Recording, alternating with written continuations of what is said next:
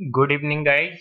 और एक बार फिर आपका स्वागत है हमारे यूट्यूब चैनल पे, mister chartist price in action. और बेसिकली हम सब प्राइज एक्शन की ही बात कर रहे हैं। कई लोगों की क्वेरी थी कि वो ट्रेडिंग व्यू नहीं चला रहे हैं, तो वो कैसे अपने जीरोधा वाले अकाउंट पे उस पूरे सेटअप को जो हमने लास्ट टाइम डिस्कस किया था उसको करें। तो उसके लिए क्या है, आप लेआउट अगर हम स्टडी में जाएंगे तो बीवेप आप यहाँ से कर सकते हो। आप 50 EMA सेलेक्ट कीजिए, 50 EMA सेलेक्ट कीजिए और फील्ड में आपको बीवेप सेलेक्ट करना है, ठीक है। और यहाँ पे एक्सपोनेंशियल सेलेक्ट करना है और ओके कर देना है।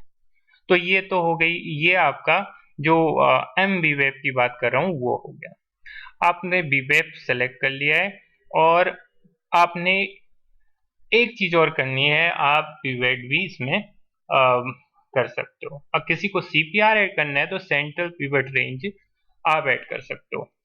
अब 100 बात की एक बात कि आज मार्केट में हुआ क्या हमारे सेटअप के अकॉर्डिंग।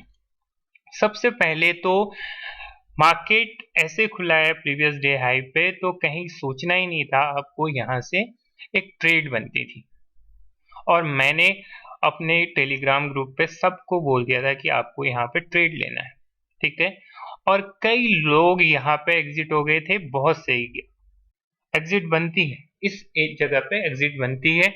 और जो फिर लेट हो गए थे कुछ लोगों ने यहाँ एंट्री की है और ये एंट्री बनती थी हमारे लेवल के अकॉर्डिंग। हमारी यहाँ पे एक एंट्री थी और यहाँ से भी एक एंट्री थी, ठीक है। कोई दिक्कत नहीं थी, यहाँ से भी एंट्री थी। प्राइस बीवेब के ऊपर था, एम बीवेब के ऊपर था। तो यहाँ एक हमको देखने को मिला, एक रैली देखने को मिली। और जब ये डबल टॉप आया ना, तो यहाँ पे मुझे डाउट होने लग गया था इस एरिया पे, क्योंकि या तो ये जाता तो पूरा ही ऊपर चला जाता, लेकिन इसने रिजेक्शन शो कर दिया। तो रिजेक्शन शो करने के बाद मुझे ये उम्मीद थी कि प्राइस अब ने कम से कम बीवेप के लेवल पे आएगा।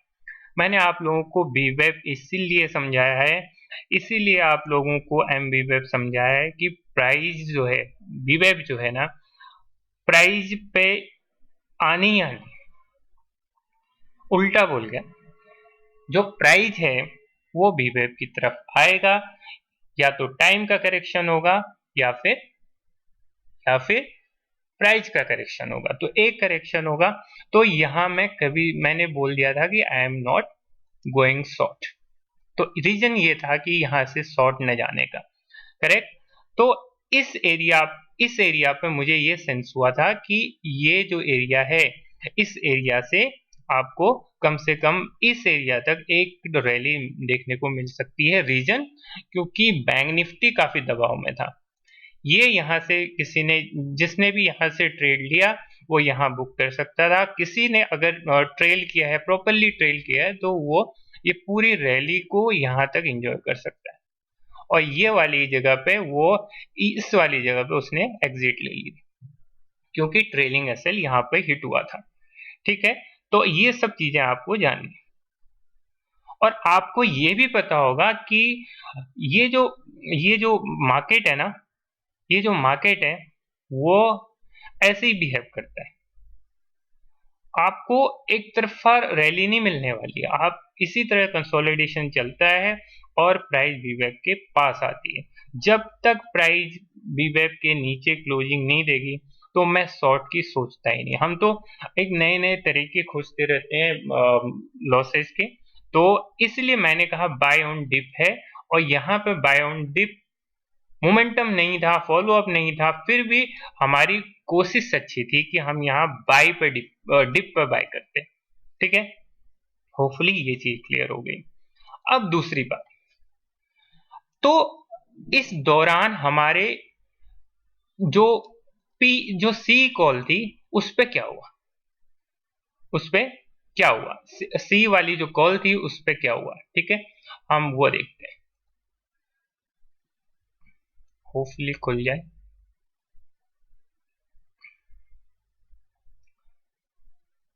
करेक्ट।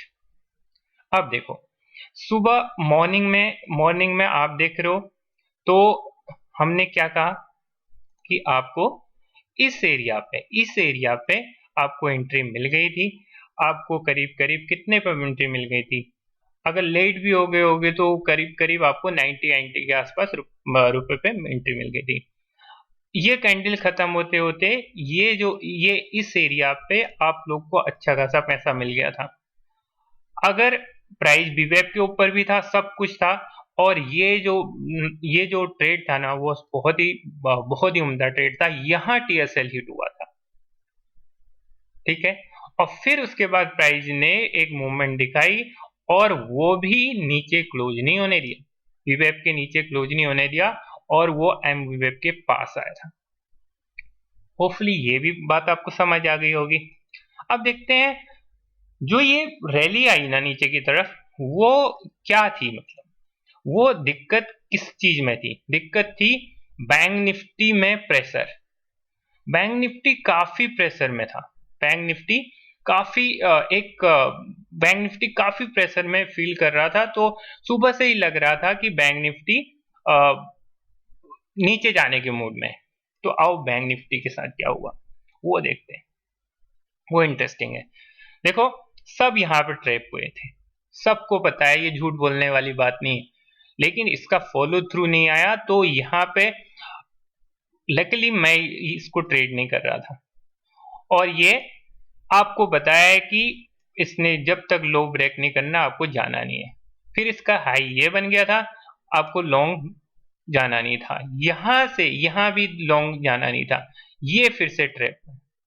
जब ये आया ना, तब मुझे ये रियलाइज हुआ कि जैसे ही अब ये जो इसको बोलते हैं breakout failure, breakout failure setup. जैसे ब्रेकआउट फेलियर यहां हुआ लेकिन ये संभल गया, वैसे ही ब्रेकआउट फेलियर यहां हुआ, और ये बीवेप के नीचे इसने क्लोजिंग दे दी। ये है आपका यहां से एंट्री, करेक्ट। आपकी एंट्री यहां पर है, और आपका जो एग्जिट है वो आपका कहां? आपका 50, जो 50 ईएमए है वीवेप वाला, एम वीवेप, वो है। तो ये एक अच्छा ट्रेड था। उसके बाद प्राइस ने अच्छा मूवमेंट ऊपर की तरफ दिखाया, और फिर वो वीवेप फिर यहाँ पे आपको वापस ये वीवेप के पास आया। अब यहाँ ट्रेड लेना है आपको? नहीं, इसको क्लोज होने दीजिए इसके नीचे। और ये एक ट्रेड था इस रेजिस्टेंस के सपोर्ट के आसपास तक। समझ आ गया? होपफुली आप लोग को पता लग गया होगा कि क्या कहने की कोशिश कर रहा हूं। अब आओ, कल भी देखते हैं इसी सेटअप में। इसको क्लियर कर देते हैं पहले, ओके। ऐसा मैं ये सब चीजों में बहुत कमजोर हूँ, ये तो पता नहीं अभी मैंने यहाँ कहाँ से मिल गया मुझे। ठीक है, कल देखते हैं कल क्या हुआ था।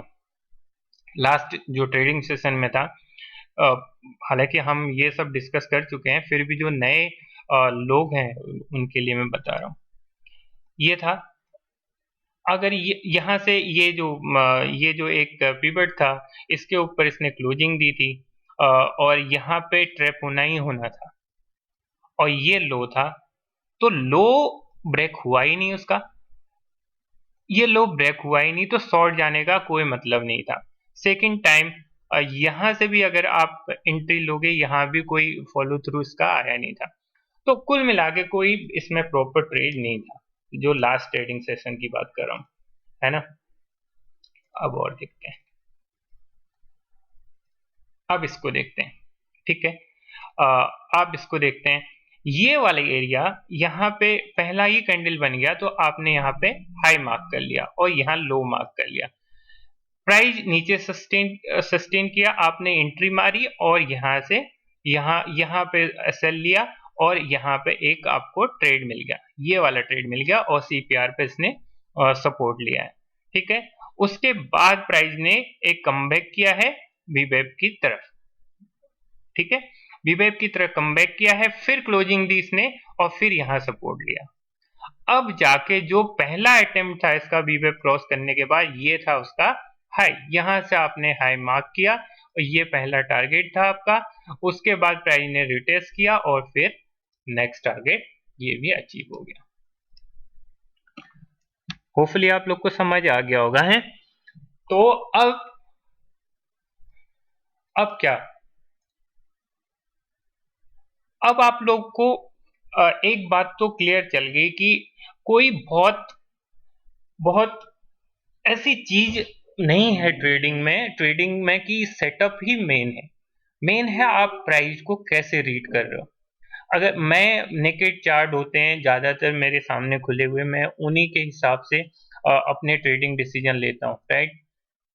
तो इसलिए मैं आपको बता रहा हूँ कि आज भी आज भी जैसे जैसे मैं आपको बता रहा हूँ, ये फेलियर है, ये फेलियर है, ये ब्रेकआउट फेलियर है, इसको ब्रेकआउट फेलियर बोलते हैं। देखो, मैंने भी कहीं न कहीं से आइडिया लिया है, तो मेरे जो सेटअप्स हैं हो सकता है कि मेरी जो नॉलेज है वो किसी से मैच करती होगी, ऑब्वियसली करेगी, तो मैं इसमें बुरा नहीं मानता कुछ भी।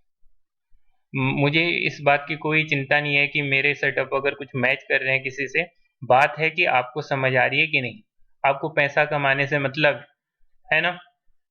तो जैसे ही ये ब्रेकआउट फेलियर हुआ, पूरा कैंडल वापस आ गया। एक तरीके से तो हायर टाइम पे देखेंगे तो ये एक पिन बार की तरह है, और इसने क्लोजिंग दे दी वीवेब के नीचे, और यहाँ से एक अच्छा अच्छा यहाँ पे आप टेलीग्राम मेरा चेक करोगे तो मैं ये एक्सपेक्ट कर रहा था कि ये डब्ल्यू पैटर्न बन चुका है, और कई लोगों को ये अवेयरनेस नहीं थी कि ये डब्ल्यू पैटर्न बन चुका है। मूव भी आई थी, वो यहाँ बुक करना भूल गए क्योंकि ग्रीड था, उनको ये लगा कि ये और ऊपर जाएगा, है ना। लेकिन ऑलरेडी जो बैंक निफ्टी था काफी प्रेशर में था, तो यहाँ पे बुक करना बनता था, और इसी का रीजन था यहाँ से फिर प्राइस ने यहाँ से रिजेक्शन लिया और फिर इसके नीचे क्लोजिंग दे दी, और नेक्स्ट जो सपोर्ट था वहां तक प्राइस आया। ये सब सारी चीजें ग्रुप में आपके सामने हुई हैं, कुछ नया नहीं बताया, ठीक है। तो ये सब चीजें आपको समझनी पड़ेंगी। ये तो आज का एक्शन है, आज का ये एक्शन है। अब अब छोटे इसी में अगर हम कल अगर ये नॉर्मल यही कल का प्राइस एक्शन है, कल का प्राइस एक्शन है, तो आप क्या उम्मीद करोगे। सिंपल, आपको कुछ एक्स्ट्रा नहीं करना है, आपको प्राइस को आने देना है ऊपर इस लेवल तक। अगर मान लो यही ट्रेडिंग सेशन आगे चल रहा होता तो कोई भी आप कोई भी एक्शन लेने से पहले आप क्या करते, यहाँ इसकी ये जो बीबेप है उसके ऊपर जब तक प्राइस नहीं जाता तब तक आप कोई कोई ट्रेड इनिशिएट नहीं करते, ठीक है। खैर, ये तो रहा आज का ट्रेडिंग एक्शन, और अंत में आप लोगों को एक बात मैं बोलना चाहता हूँ कि अ, ये जो मैं बना रहा हूँ वीडियोज, आप लोगों को अ, अच्छा लग रहा है कि नहीं लग रहा है, पर मैं जब आप लोग को सब्सक्राइब करने के लिए बोलता हूँ तो मुझे बुरा लगता है। बुरा इसलिए लगता है कि एक भीख मांगने जैसा काम है ये, जो मुझे बिल्कुल पसंद नहीं है। और मैं पैसे कमाने के लिए ये सब नहीं कर रहा हूँ। मुझे पता है कि ये पैसा कमाना मेरे लिए बहुत मुश्किल काम है इससे, क्योंकि ना मेरा कंटेंट इस लेवल का है क्लियरिटी वाइज। जो एक प्रेजेंटेशन होता है वो मैं क्लियरली एक लाइव वीडियो रिकॉर्ड करता हूँ, ना उसमें एडिट कर रहा हूँ, ना कुछ प्रेजेंटेशन सा डाल रहा हूँ। मेरा मकसद है आप लोग को समझाना, आप लोग के लिए वीडियो बना रहा हूँ। आप लोग इस पे कमेंट कीजिए, आप क्वेरी लिखिए, एक अपना इन्वॉल्वमेंट दिखाइए। बस ये समझिए एक छोटी सी फैमिली हमारी, उसी में आपके लिए वीडियो बना रहा हूँ। आपको पता होना चाहिए कि 1000 सब्सक्राइबर होते हैं और 4000 आपको वॉच टाइम देना होता है मोनेटाइज करने के लिए यूट्यूब को, है ना। तो आप लोग ये मत समझिए कि मुझे बहुत पैसा मिलने वाला है। मेरा मकसद आपसे सब्सक्राइब कराने का इसलिए है, एक तो आप मेरा कंटेंट कई जरूरतमंदों को पहुंचेगा, दूसरा मैं सेल्फिश इस बात से ये चीज इसलिए कह रहा हूं क्योंकि कुछ फीचर्स है ना वो अनेबल हो जाएंगे मेरे, जो कुछ लाइव से रिलेटेड फीचर्स हैं, कुछ और फीचर्स हैं 1000 सब्सक्राइबर के बाद, और वो अनेबल हो जाते हैं। पर बहुत ही बुरा लगता है कि मेरे ग्रुप में 1000 लोग हैं, उसके बाद भी जो 40-50 लोगों ने इसे सब्सक्राइब किया है। एनीवे, कंप्लेन नहीं है, पर ठीक है। Thank you so much. अगला वीडियो कल क्या एक्शन प्लान होगा उस पर आएगा, तब तक आप इसे देखिए और सिस्टम टू सिस्टम शिफ्ट मत कीजिए, स्विच मत कीजिए। जो भी सिस्टम यूज कीजिए ना, उसको समझिए, क्योंकि सारा खेल है प्राइस एक्शन का। ये जो इंडिकेटर्स, ये सब चीजें दिख रही हैं आपको, बस खेल है, तमाशा है। लेकिन अगर यही प्राइस आपको आपको समझ आए ना, तो आप वैसे ही सीखने लगोगे। देखिए, इसको फॉलो थ्रू, इतना बड़ा कैंडल कैंडल बना और फिर फॉलो थ्रू नहीं मिला, तो क्या है ये? क्या क्या साइकोलॉजी है इसमें? यहाँ से कुछ लोग ने अपने शॉर्ट कवर कर लिए यहाँ पे, ठीक है, और फिर वापस प्राइस नीचे आ गया। और प्राइस ने कभी भी एक बार ये कोशिश की और वो भी फेल्ड है। तो ये फेल्ड ब्रेकआउट था यहाँ से। तो इसको समझने की बात है कि अब ये कहाँ से, इसमें कहीं से स्ट्रेंथ नहीं दिखी, और प्राइस को ऊपर जाने के लिए हायर हाई बनाने होते हैं। हायर हाई, हायर लो, तभी तो प्राइस ऊपर जाएगा। तो ये साइडवेज मार्केट है, आपको भी पता है, रेंज ब्रेकआउट होगा, नीचे जाएगा या ऊपर जाएगा।